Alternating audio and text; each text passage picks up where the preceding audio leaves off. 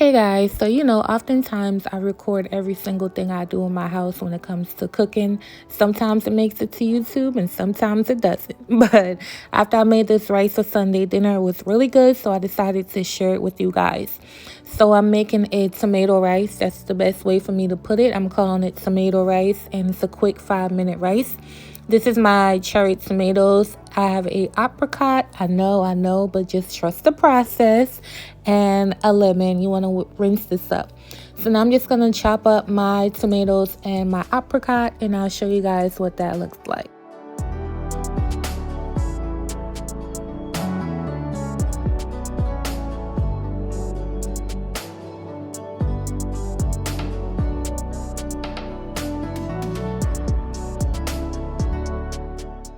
Alright, so this is what everything looks like, nice and prepped, and there go the 5-minute rice right there. I got it out of Walgreens. I couldn't find the typical one that's usually in the supermarket, so I went to Walgreens and I saw it. Now, for the people, that's new to my channel, I have many rice recipes from scratch. So if you want, I'm going to list them below. You could check them out if this recipe is not for you. We got to keep in mind that everybody doesn't have the time to slave over the stove all day, and I wanted to make a quick and easy rice recipe for anyone out there that may need it. Okay, so you want to saute your tomatoes, your apricot with the spices. I'm using some bouillon powder and some all-purpose seasoning, some cayenne, and you want to cook it down until you make a paste. You see how it's cooked all the way down and it makes like a paste.